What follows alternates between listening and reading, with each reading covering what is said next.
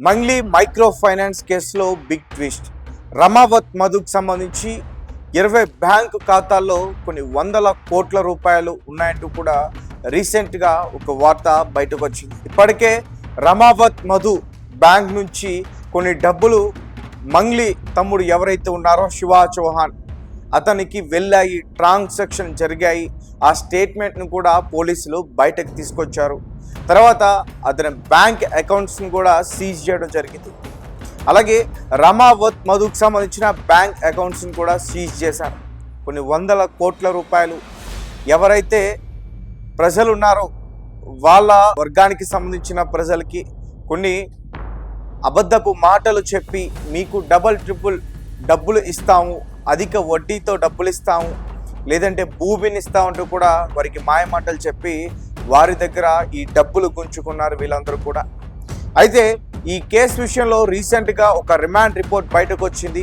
మీరు దాన్ని స్క్రీన్ పైన కూడా చూడొచ్చు. రమావత్ మధుకు సంబంధించి దేవల్పల్లి అలాగే జహీరాబాద్ ఈ రెండు ప్రాంతాల దగ్గర ఒక ల్యాండ్ కొన్నారు వీళ్ళు. సుమారు అది 10 కోట్ల విలువ చేసే ల్యాండ్. అక్కడ కొంతమంది బాధితులు ఉన్నారు. వారందరి దగ్గర నుంచి కూడా 12 కోట్ల రూపాయలు తీసుకున్నారు. దగ్గరగా ఇప్పటివరకే బయటికి చాలామంది బాధితులు వచ్చేసారు. 200, 250.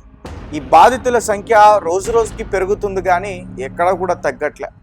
రీసెంట్గా గిరిజన నాయకులు ఎవరైతే ఉన్నారో వారందరూ కూడా బయటకు వచ్చి, సార్ ఇది ఒక్కరో ఇద్దరో కాదు, కర్ణాటక, కర్నూలు, ఇటు తెలంగాణ, దేవరకొండ ప్రాంతాలకు సంబంధించి తండాల్లో ఉండే ప్రజలు ప్రతి ఇంటికి ఎవరో ఒకరు ఉన్నారు, 1000 మంది పైగానే బాధితులు ఉన్నారంటూ కూడా వారు కూడా చెప్పడం జరిగింది.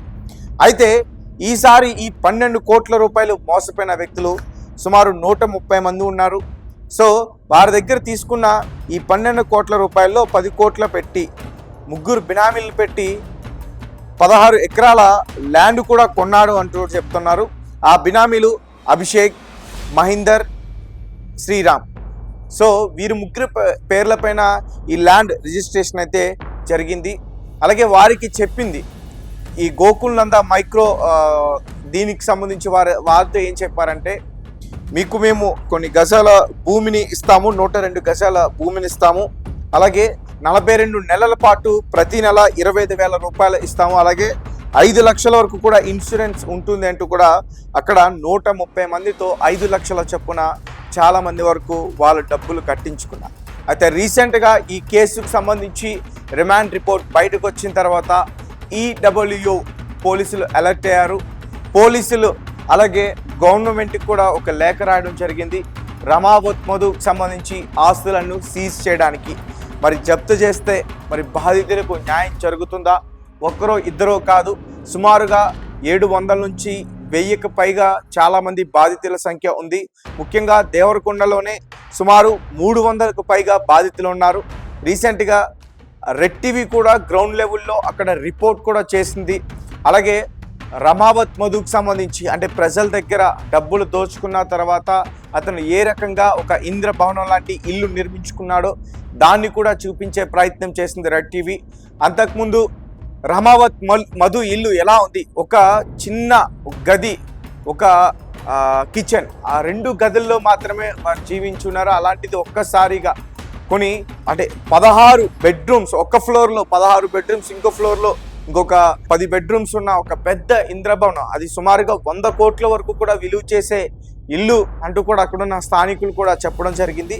ఏదేమైనప్పటికీ రోజు రోజుకి ఒక్కొక్క విషయం బయటపడుతూ ఉంది. ఇదే నేపథ్యంలో మంగ్లీ కూడా కొన్ని యూట్యూబ్ ఛానల్స్, శాటిలైట్ ఛానల్స్ పైన కూడా కేసు పెట్టడానికి ప్రయత్నించింది. కోర్టు నుంచి కూడా ఒక ఆర్డర్ని తీసుకొచ్చి అందరికీ కూడా నోటీసులు కూడా ఇవ్వడం జరిగింది. ఎవరైతే తనపైన అసత్య ప్రచారం చేస్తున్నారో వారందరిపైన చర్యలు తీసుకుంటా అంటూ కూడా, అలాగే ఏదైతే ఇప్పటివరకు వీడియోలు చేశారో వాటన్నింటినీ కూడా డిలీట్ చేయాలంటూ కూడా కొన్ని ఛానల్స్కి నోటీసులు కూడా పంపించడం జరిగింది. ఇదే నేపథ్యంలో రీసెంట్గా రిమాండ్ రిపోర్ట్ బయటపడింది. ఈ రిమాండ్ రిపోర్ట్ చూసిన తర్వాత అందరూ కూడా షాక్ అవుతున్నారు. అంటే ప్రజలు ఎంత అమాయకులు.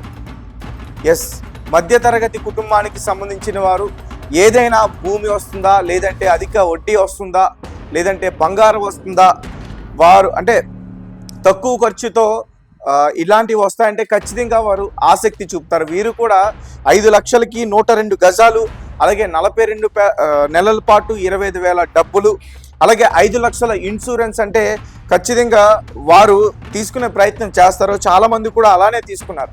వారు కొంతమంది దగ్గర డబ్బులు లేకపోతే వేరే వాళ్ళ దగ్గర అప్పు చేసి, లేదంటే వారి ఇంటిని తాకట్టు పెట్టి, లేదంటే పుస్తల తాడు అమ్ముకుని, ఆ రకంగా ఒక్కొక్కరు 5 లక్షలు, 10 లక్షలు, 20 లక్షలు, అంటే భూమి వస్తుంది కదా, అంటే 10 లక్షలు అంటే 200 గజాలు వస్తాయి.